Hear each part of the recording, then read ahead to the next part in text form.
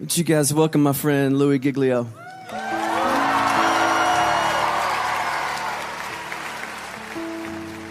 And we are here tonight to worship a huge, massive God of grace and glory. If there's anything that can happen tonight, our heart is that we will leave tonight with at least a couple of things having happened to us. One being that our view of God will be completely blown up all over again, and that the view that we have of God will be expanded in this place tonight. And that we will leave here with the confidence that He is able to hold on to us and hold us together no matter what circumstances come our way in this lifetime. And by the way, the story opens like this. In case you forgot, in the beginning, God created the heavens and the earth, and He said, "Let there be light," and there was light. And that was a phenomenal moment when that happened, because light came out of the mouth of God traveling 186,000 miles a second. That's how fast light is traveling through the universe. And so a light year, therefore, is how far light travels in 1 year, and I'll do the math for you. It's 5.88 trillion miles is a light year. So, as we talked about before, when you start to get around in the neighborhood of God, the mile is not going to help you. The yardstick, the ruler, the tape measure, these things are of no value in the universe that God has made. We're using a ruler called a light year that's 5.88 trillion miles long. And tonight we just want to begin with the bigness of God, the grandeur of God all over again. We're going to do it by looking at 4 stars. Can you handle 4 stars tonight? The first one's easy because there's just one star in our solar system, and that star is called the sun. Thank you very much. Yes, it's our own star. It's there's an image of it for you, by the way. It's a little more fierce than we often think. It's 10,000 degrees Fahrenheit on the surface, but what I want you to see about it is how big it is. It's 93 million miles away, so when you're looking up in the sky, it's pretty good pace out there. By the way, light traveling 186,000 miles a second, it's only taken 8 minutes to cover that 93 million mile journey to touch your skin here in Atlanta, Georgia. But what I want you to see is the size of it. It's like 1,000,000 times the size of the earth, and that matters to us tonight when you hear what the psalmist said. Listen to his words. By the word of the Lord, this is Psalm 33, the heavens were made. In other words, God didn't lift a finger when He made the universe. By the word of the Lord, the heavens were made. But He goes on to say, their starry hosts by the breath of His mouth.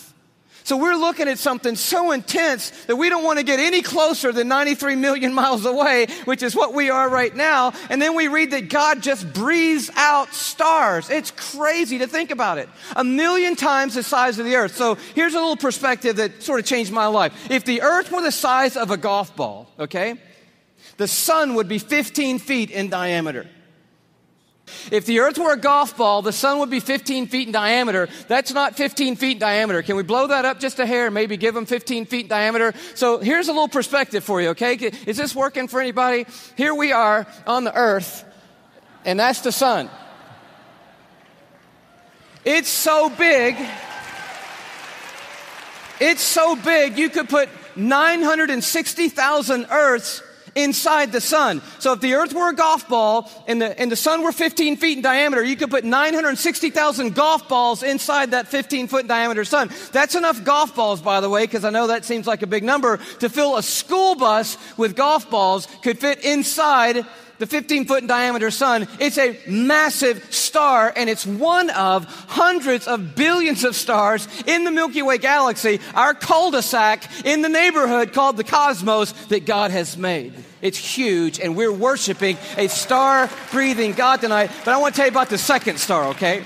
Because the second star absolutely wrecked my life. I heard about it when I was a high school student here in Atlanta. One of our youth leaders did a talk, and he mentioned this star. I didn't know how to talk to God for about 2 months after I heard about this star. It's called Betelgeuse or Betelgeuse. You can pick your pronunciation. I'm obviously going with Betelgeuse, and Betelgeuse is incredible. Here it is in the night sky. I know it doesn't look incredibly ferocious, but it's 427 light years away. So that's 427 times 5.88 trillion miles away from us right now.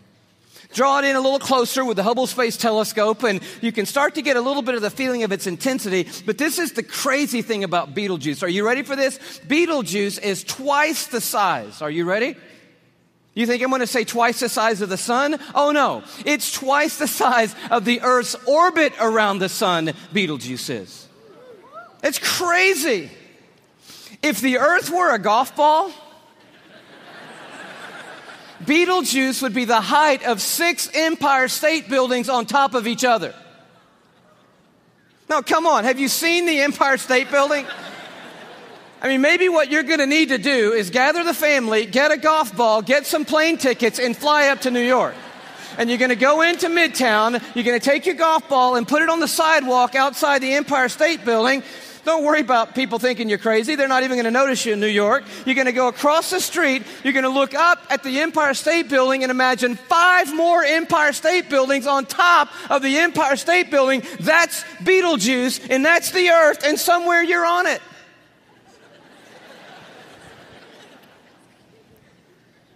You could fit 262 trillion Earths inside Betelgeuse.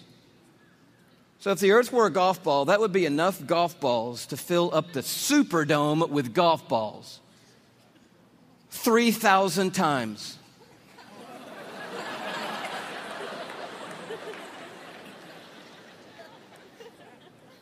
When I heard that as a teenager, that stumped me right there.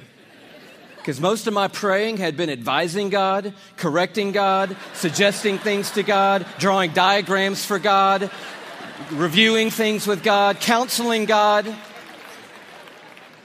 The third star, can you go a little bit bigger with me? The third star is called Musifi. Here it is in the night sky. It's that gold star to the top left. We have the big image of it. It's 3,000 light years away, but I just want you to see it in the span of all these little glittering stars so that you know that at times when you look up at night, it is not just twinkle, twinkle, little star, how I wonder what you are. I'm telling you what you are. What you are is intense and huge and massive and ferocious is what you are. And this one used to be called Herschel's Garnet Star. Check it out. If the Earth were a golf ball, Musifi would be the width of 2 Golden Gate bridges end to end. Apparently, you're going to need to go from New York to the West Coast. Go to San Francisco with your family and your golf ball. Place your golf ball at the beginning of the Golden Gate Bridge. Go across the bay into Oakland to a high place where you can see the entire Golden Gate Bridge. Another second Golden Gate Bridge will be in your imagination. Span all the way back the 2 Golden Gate Bridges to the very beginning and find your golf ball over there. That's the Earth, and somewhere you're on it. One of the stars in the Milky Way galaxy. It's so big you could fit 2.7 quadrillion Earths inside this one star. Oh, but you need to understand a quadrillion, okay? Because this star is crazy big. A quadrillion, let's do it this way. Everybody knows a million, right? How many of you know what a million is? You can kind of get your head around a million. Everybody? All right. You know that a billion is 1,000 million, and a trillion is 1,000 billion, and a quadrillion is 1,000 trillion, right? Everybody knew that? Here's the perspective. This changed my life, right? A million seconds ago, 12 days ago. Isn't that cool? See, that saves you doing that on your little calculator at home, which I dare you to try to do when you get home tonight. But a billion seconds ago, you're thinking, oh my goodness, if it's 12 days ago, I'm going all the way back to like September with you, Louis. This must be crazy, right? How about May 1975 is a billion seconds ago? You're like, whoa, that's a little bit bigger than a million. Oh yeah. A trillion seconds ago, you're like, I'm on the 1800s. No. Christopher Columbus? No. 29,700 BC is a trillion seconds ago.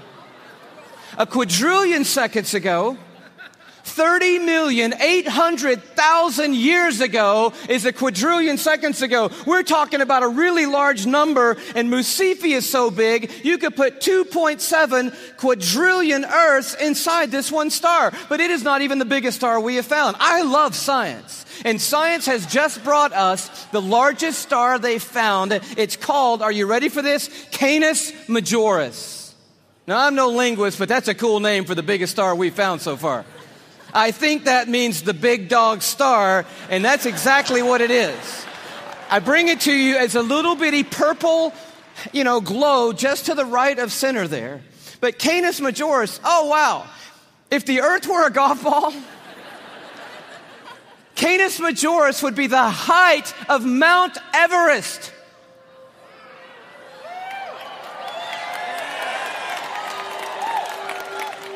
Thank you. You just saved your family plane fare from California to Kathmandu, Nepal. Almost 6 miles above sea level, the highest point on the planet, and I just dare you to get up there and unzip the parka and pull out your golf ball.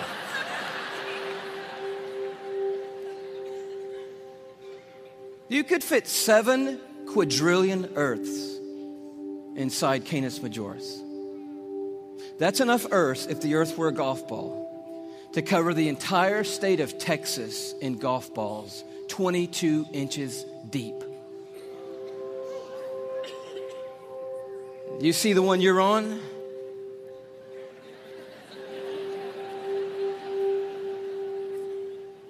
Maybe this will help a little bit more. This absolutely blew my mind. Just a little journey through our solar system. Everyone knows our planets and sort of how we fit in to the story here. You see really quickly that we're not even the biggest deal in our own solar system, but as Earth comes by, you have to know tonight that we are living on a privileged planet. Anyone would tell you we're living at one of the most special places, if not the most special place in all of creation. But Neptune comes by and Saturn and then Jupiter, and you're like, okay, we're not all that big, even in our own little cul-de-sac.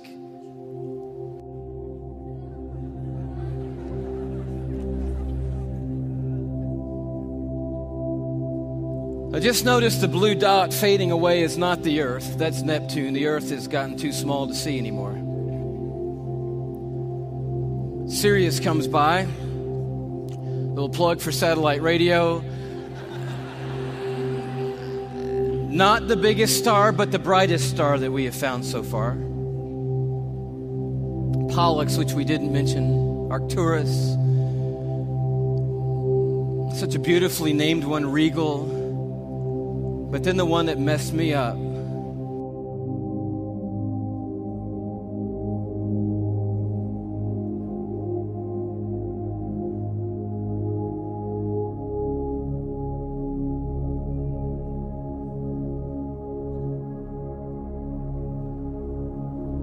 Our third star, Musifi. Musifi's cousin, W. Cephei.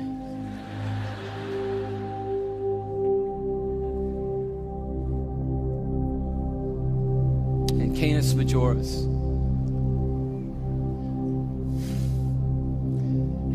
And do you know that you couldn't come up here right now with a Sharpie and make a mark on the screen that would approximate the size of our sun? You couldn't even do it. I mean, when you look at these in their relative size, we just have to put a little arrow over there that says, if you could put the sun on here, which you can't, it would go somewhere about here. And can you hang on that for me? And when you see this, I don't know what happens to you, but I'll tell you what happens to me. A shrinking feeling comes over me, and it's not a bad shrinking feeling. It's a good shrinking feeling. Because sin, it has a way of shrinking God down in our minds and puffing us up in our own estimation. But just a glance into the universe that God has made resizes everything in a heartbeat.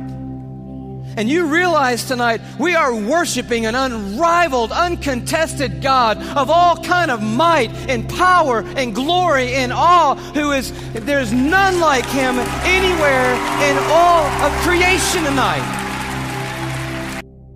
But I'll tell you, the miracle of tonight is crazy, and crazier to me than the size of any star, is that though we are but a vapor, you and me, and tiny and frail, We are marked by majesty. And we have been created in the very image of the God who breathes out the stars and put the universe into place. You and I are fashioned and formed and ordained by the God of all creation. We are fearfully and wonderfully made, you and I. We are a miracle. You're a miracle sitting in the building tonight. If I could just remind you just for a moment, you are somebody incredibly special. Let me just dial back to the beginning, and I know you know this already, but in the very, very beginning, here's how you happened, okay? One cell from your mom found one cell from your dad. Now, there's more involved than that, but that's enough for us right now. And by the way, we should applaud the one cell from your dad, because that one cell did a pretty heroic thing to be the one cell in the story that we're talking about tonight. One cell from your mom met up with one cell from your dad, each one carrying 23 chromosomes. The one from your mom was carrying half of her DNA. The one from your dad was carrying half of his DNA. And those two cells met and merged into one single cell. And when they did, those chromosomes matched, and they began to form together a brand new DNA code. Using 4 characters, 4 nucleotides, they began to write out what we have now discovered is the 3 billion character description of who you are, written in the language of God. They wrote out your DNA, your human genome of 3 billion characters made up of those 4 simple nucleotides. And when they did, they described who God had ordained you to be. In that one little simple cell. Scientists say if you took the DNA out of that one little cell and stretched it out, that DNA would be 6 feet long. 3 billion characters stretched out to 6 feet long. So amazing that if I were to read your DNA, reading 1 character per second, night and day, it would take me 96 years just to read the description of you. And when they formed together, they wrote out and painted a picture which had never been written before in the history of humankind. And then that cell did the unthinkable. It set out to build that model from one cell. I'm telling you, you are a miracle sitting in this building tonight. And you have come a long, long way. I mean, here you are. This may not be in the family photo album, but here you are at 3 days old. 16 cells of you. You say, what in the world is that? It's a 16-cell human embryo on the tip of a safety pin at incredible magnification. So by now, that one cell had turned into 16 cells on its way to making the 75 trillion cells that make up your body tonight. Every one of those 75 trillion cells containing that 6 feet of the 3 billion character DNA code that you. There's so much DNA in your body, by the way. If you stretched it all end to end, there'd be enough DNA to go to the moon and back inside your body. 178,000 times. That's how amazing God has made you to be. 75 trillion cells in your body. And when I told you that, 50,000 of those cells died and were replaced by brand new cells when I told you that. And then just now, 50,000 more cells died and were replaced by brand new cells. It's happening every 3 seconds, day and night, all the days of your existence. And you wonder why you're tired all the time. I'll tell you, you're doing some amazing stuff night and day. We're miracles, you and me. Here you are at 5 months in the womb. You remember those days? Those were the good old days. And just miracles happening every second. Let me tell you about one. 1 million optic nerve endings left the optic nerve center of your brain in the womb, headed for 1 million optic nerves that had left your eye. And they had to meet and match their exact partner, 1 million looking for 1 million. And when they found their exact partner out of 1 million and matched up together, in that instant you had sight. And anyone would tell you that to this moment, the most technologically advanced thing on planet Earth is your eye. Oh, but it didn't do you any good, because when that moment happened, you just had one piece of skin completely covering your eyeball. But as I read in one textbook, miraculously and mysteriously at about the 6th month, a little cutting device appeared, and it cut perfectly that piece of skin. And you had eyelids for the very first time in your mother's womb. You are fearfully and wonderfully made. And the God of the heavens is the one who fashioned you together. And He knows your name tonight. And He knows every single thing there is to know about you. And He's made you a promise that for those who trust in Him, He will literally hold them in His hand and carry them all the days of their life. This Psalm 33 that talks about a star-breathing God turns an interesting corner. It says, "For He spoke and it came to be. He commanded and it stood fast." That's power and awe. But now it gets very personal. From heaven, the Lord looks down and sees all mankind. From His dwelling place, He watches all who live on earth. He who forms the hearts of them all and is intimately acquainted with everything they do. And then He goes even further. And He says, "The eyes of the Lord are on those who fear Him, on those who hope in His unfailing love." And here comes His promise: to deliver them from death and to keep them alive in famine. And that is the promise tonight, because this building and our world is filled with hurting people, with lives that are spinning out of control, with pain that we didn't ask for or could never imagine. And God is making a promise to us tonight. He's saying, "I am a universe maker and I am a heart former, but I'm also big enough to be intimately acquainted with all the circumstances of every one of your lives. And I promise you, no matter what comes in this lifetime, no matter how difficult the road or how dark the night, I will hold on to you and I will literally hold you together and carry you through any and every circumstance that ever comes your way, any moment on this planet." It's the promise of God. And you say, "Well, man, that sounds good, but how do I know that's true in my life right now, Louis?" I mean, that's really what we want to know tonight.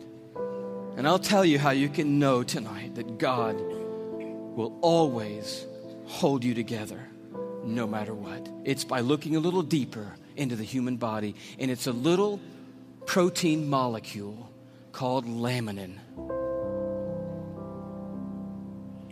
Yeah, that's about what I felt the first time I heard that. Long story short, the tour was winding down last time around. We were in Tyler, Texas. The night was over. A guy walks up to me. I wish I could tell you the whole story. It was so of God. Introduces himself to me, says, "How are you doing? I just wanted to say hello." I said, "It's nice to meet you." He says, "You guys winding the tour down? Where are you going to go from here?" I said, "Well, I'm on my way back home to Atlanta, Georgia." He said, "Well, what's next for you?" I said, "I'm going to be preaching the next 2 Sundays for my pastor back in Atlanta." He said, "Oh, cool. What are you preaching on?" I said, "Well, the series is on the glory of God in the human body." He said, "That's really amazing. I'm a molecular biologist at the university down the road. Give me your talk." And I was like, oh, wow, I wasn't quite yet ready to unload the talk for a molecular biologist. So I kind of stumbled through what I had, and he's kind of being kind and gracious and like, that's good. And then he says, "Well, what's your big left hook? You got to have a left hook, a big finish, right?" I said, "I don't have a left hook yet." He said, "Oh, Louis, oh man, your left hook is laminin." And I'm totally blank on laminin. And he goes, Louis, it's a cell adhesion molecule. Protein molecule? Do you know about proteins? I'm like, no. He said, Louis, cells organize into certain molecular structures, and that determines what protein there are. There are between 10 and 60,000 proteins in the human body. We don't even know how many proteins are in the human body. But one of them is a cell adhesion molecule. It's organized into this certain structure, and that tells the cell what its job is in the body. And this one is a cell adhesion molecule. And I'm like, all right. He said, no, Louis, it's like the rebar of the human body. The steel they put in the concrete when they lay the foundations of things, it's that stuff. It's holding your membranes together. It's the glue of the human body, Louis. It's laminin. You got to tell them about laminin. And I'm like, I promise you, I'm going home and tell them about laminin. And I'm sure when I do, revival is going to sweep across the church and probably around the world when I tell them. He said, no. You got to see laminin. I'm like, okay, let's see it. He said, no. You need to go look it up online. You need to go Google laminin. I'm like, I don't even know how to spell laminin. Takes his card out. He writes on the back, Laminin. I'm like, okay, I cannot wait to get to my computer and get on Google, click on images, type in laminin, and I'm waiting, and these little thumbnails come up on the screen, and I'm like, wow. That's laminin? The cell adhesion molecule. Woo! I am so excited. I am beside myself. I cannot believe what I'm seeing. I love laminin. I'm so fired up. You should see laminin, I guess. That's the thing, right? Okay. Here is a scientific diagram of the laminin cell adhesion molecule that's holding your body together right now, okay? This is what I found right here.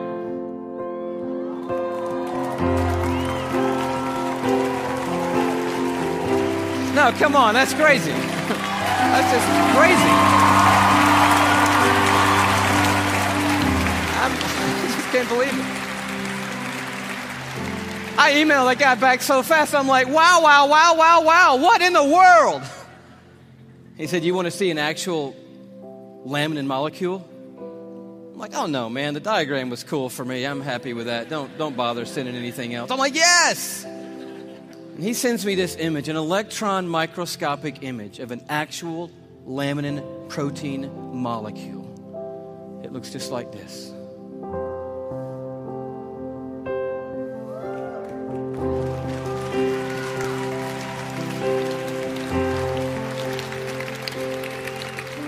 I'm like, how crazy is that?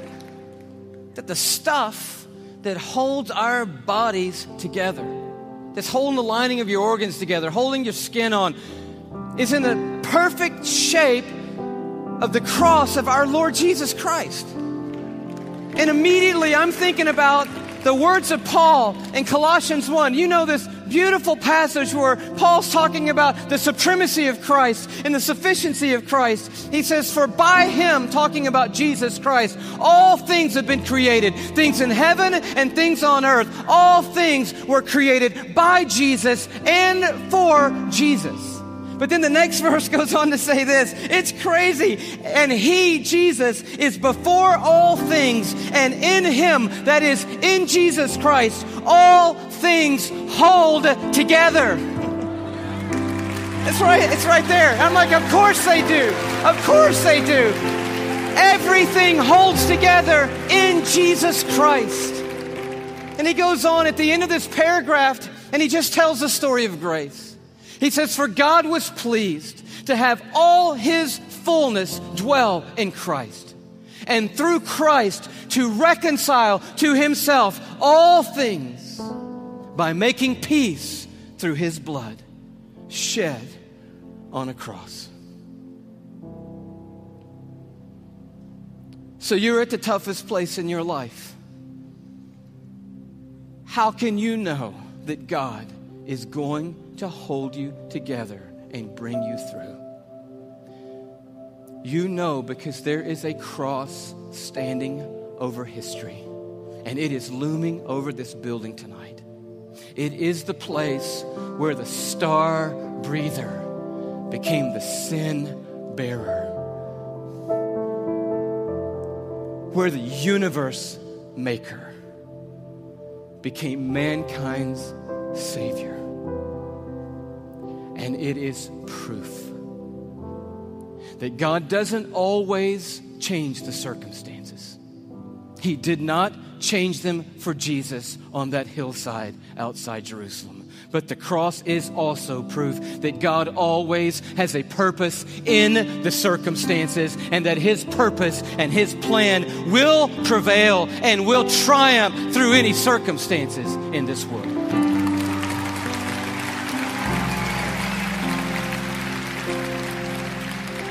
He's huge. He is a star breather. He's big.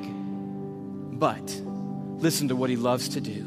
That God, that creator of the ends of the earth, that I do not grow tired or weary, that my understanding's too great for you, that God, here's what He does. He gives strength to the weary, and He increases the power of the weak. For even the youths will grow tired and weary, and young men will stumble and fall. But those who hope in the Lord, another translation, those who wait upon the Lord. He said, those who wait upon the Lord, here's what I promise: I will renew your strength. And when you think you can't take one more breath, I'll give you enough to keep going on. And enough to keep going on. And enough to keep going on. And to keep going. And to keep going. And to keep going. You keep hoping, and I'll keep causing strength to rise when you hope. And you'll keep going, and you will feel like you have been swept up on the wings of eagles, and you will run and not get weary, and walk through it all and not faint. He said, I will hold you. Even when you let go of me, I'm not going to let go of you. Did you know there are millions and millions and millions of microscopic crosses holding you together right now?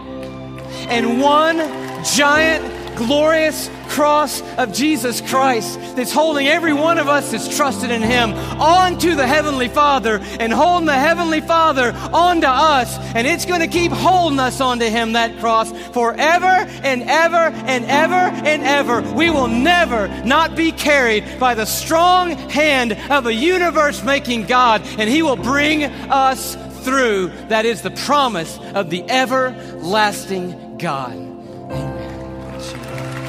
God bless you. Bless you. Bless you.